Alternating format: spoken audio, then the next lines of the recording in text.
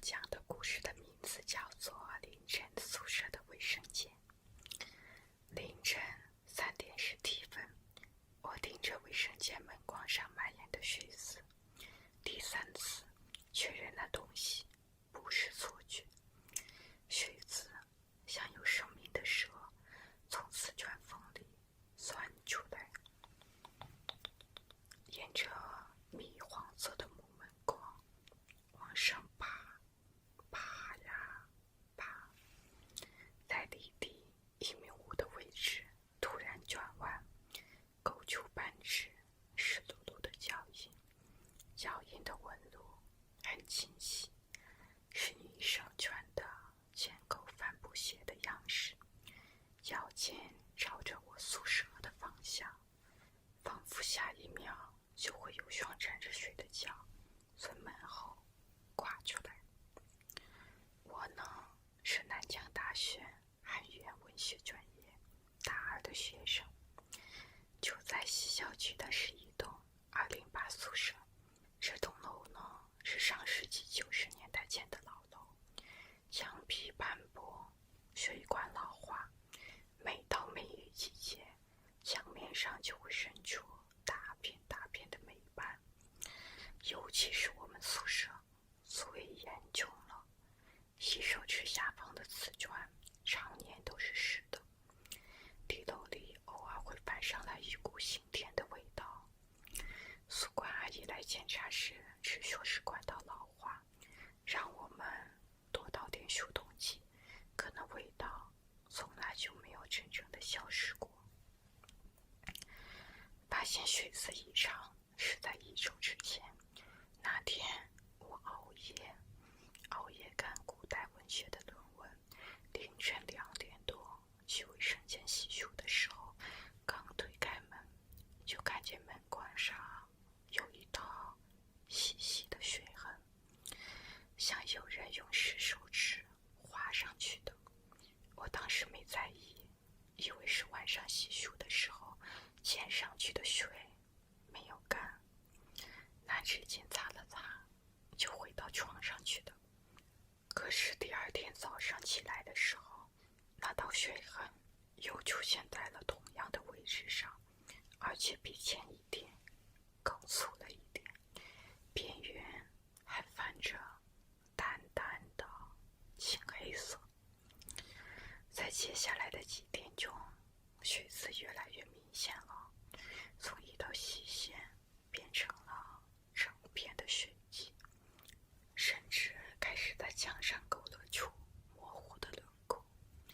我和宿舍里的另外3个女生苏晓、陈瑶和李萌说的这件事，她们起初都觉得我眼花了，直到前天晚上苏晓起夜时也看到了那道血渍。真的有。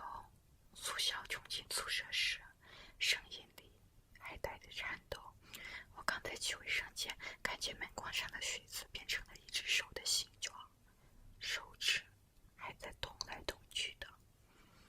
陈瑶呢，是我们宿舍里胆子最大的，他听了苏晓的话，拿起手机打开手电筒就往卫生间走，让我看看是什么东西。说不定是墙里面的水管裂了，水渗出来形成的图案。我们3个跟在陈瑶的后面，看着他用手电筒照向门框，惨白的光线里，那道血渍果然像一张张开的手，5根手指清晰可见，指尖还朝着洗手池的方向。更诡异的是，洗手池里面的水没有关紧哦，一滴一滴的往下滴，每滴一滴水，墙面上的血渍就会稍微的蠕动一下，仿佛在跟着水滴的节奏呼吸。这也太邪门了吧！李萌往后退了一步，撞到了身后的洗衣机，发出咣当一声响。要不我们找宿管阿姨说说，让她找人来修一修，不就没事了吗？我昨天已经找过了。我叹了一口气，宿管阿姨说着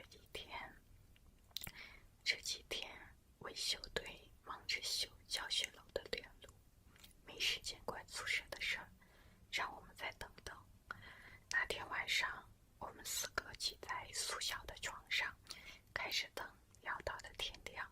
陈瑶说他老家有一种说法，老房子里如果出现了奇怪的水渍，可能是有东西在里面住下了。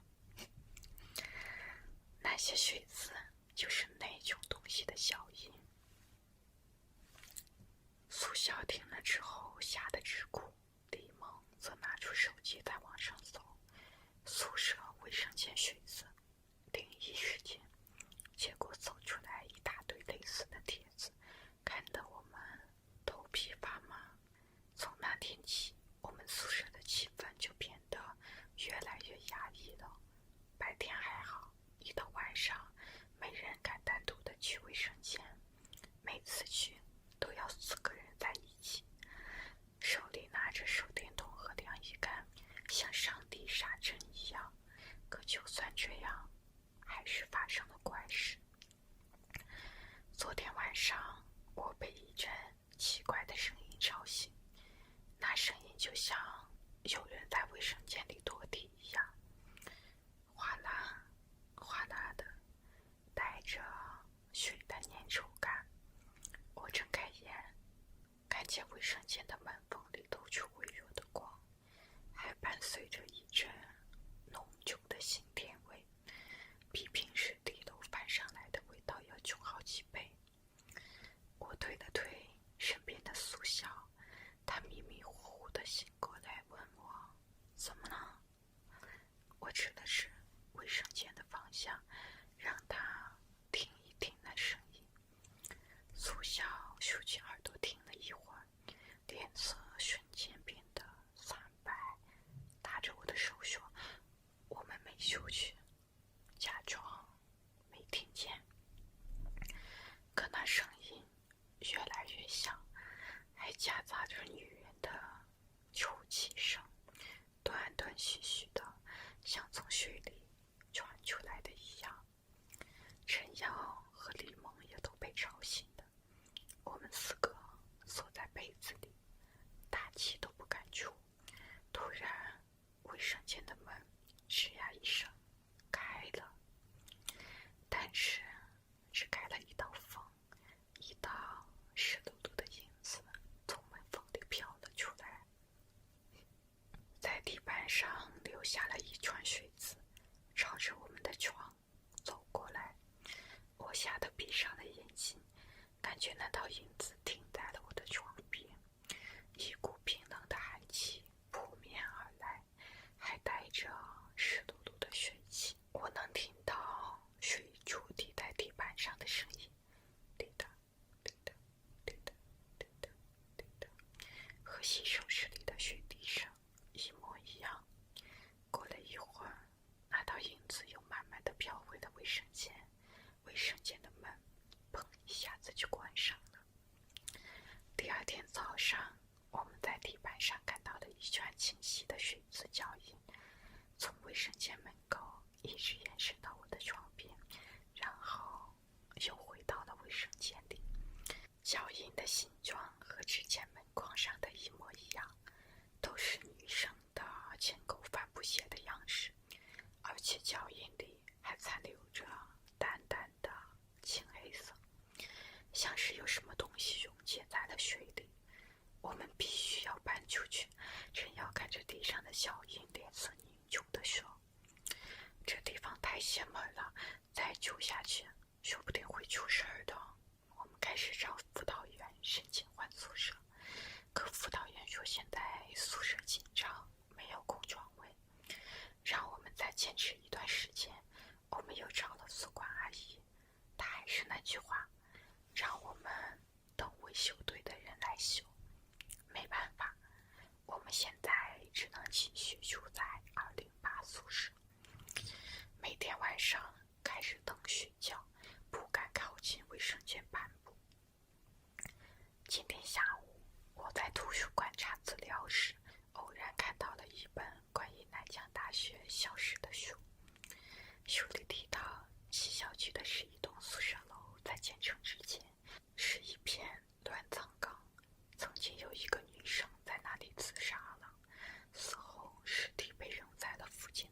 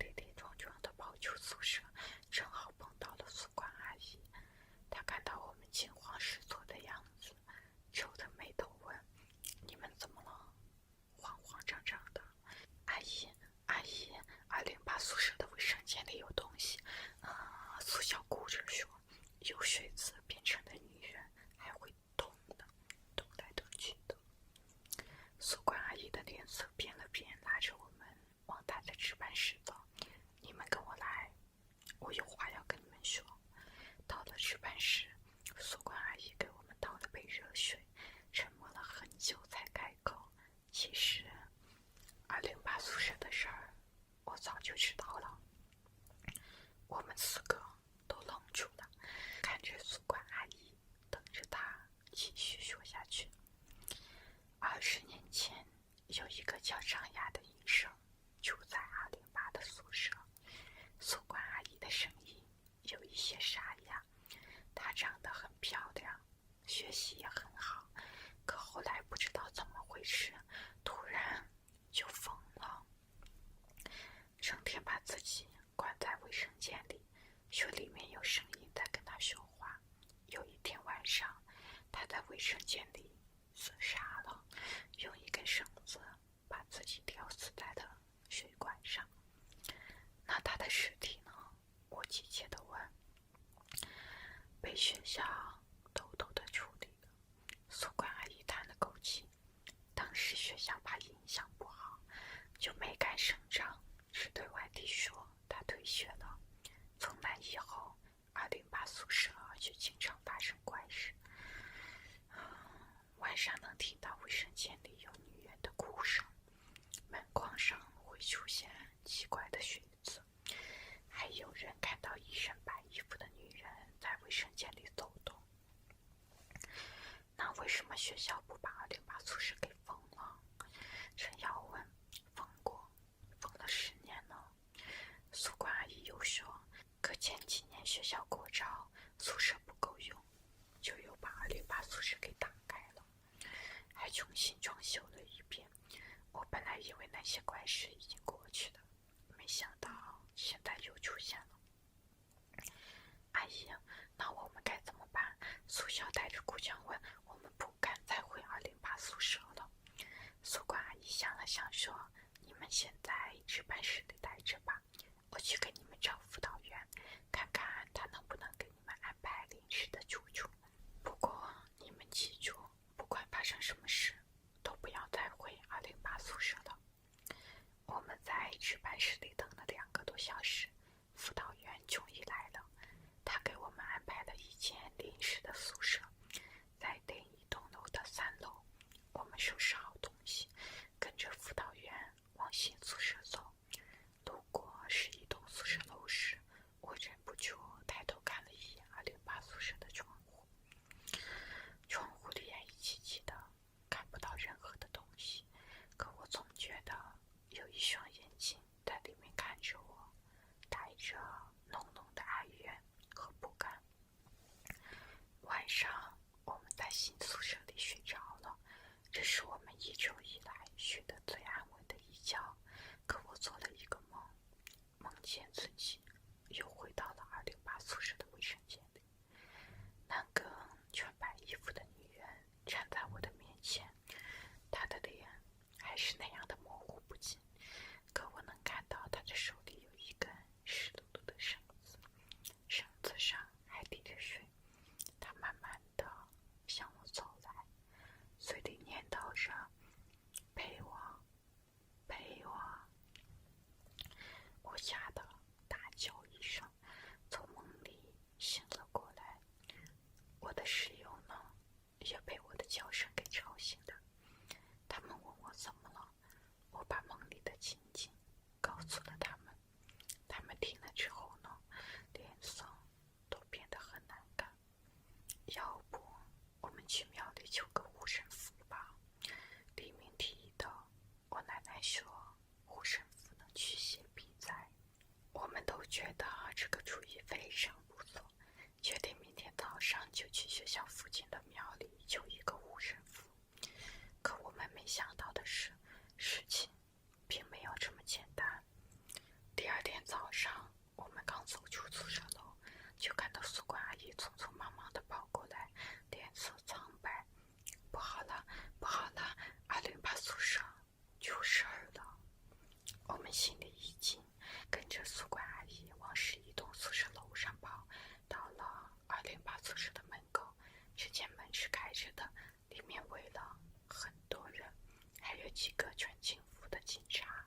我们挤过去之后呢，一看卫生间的地上躺着一个女生，她的身体已经冰冷僵硬，脸上带着惊恐的表情，双手甲缝里还残留着青黑色的水渍，而他的身上穿着一双尖沟的帆布鞋，和我们之前看到的水渍脚印一模一样。他是昨天晚上搬进来的新生，叫张娜。宿管阿姨的声音里带着哭腔。我昨天晚上还提醒过他，让他不要住208的宿舍，可他不听，说自己胆子大，不怕这些东西。没想到，警察在现场勘察了很久，最后得出结论：张娜是瞎子的。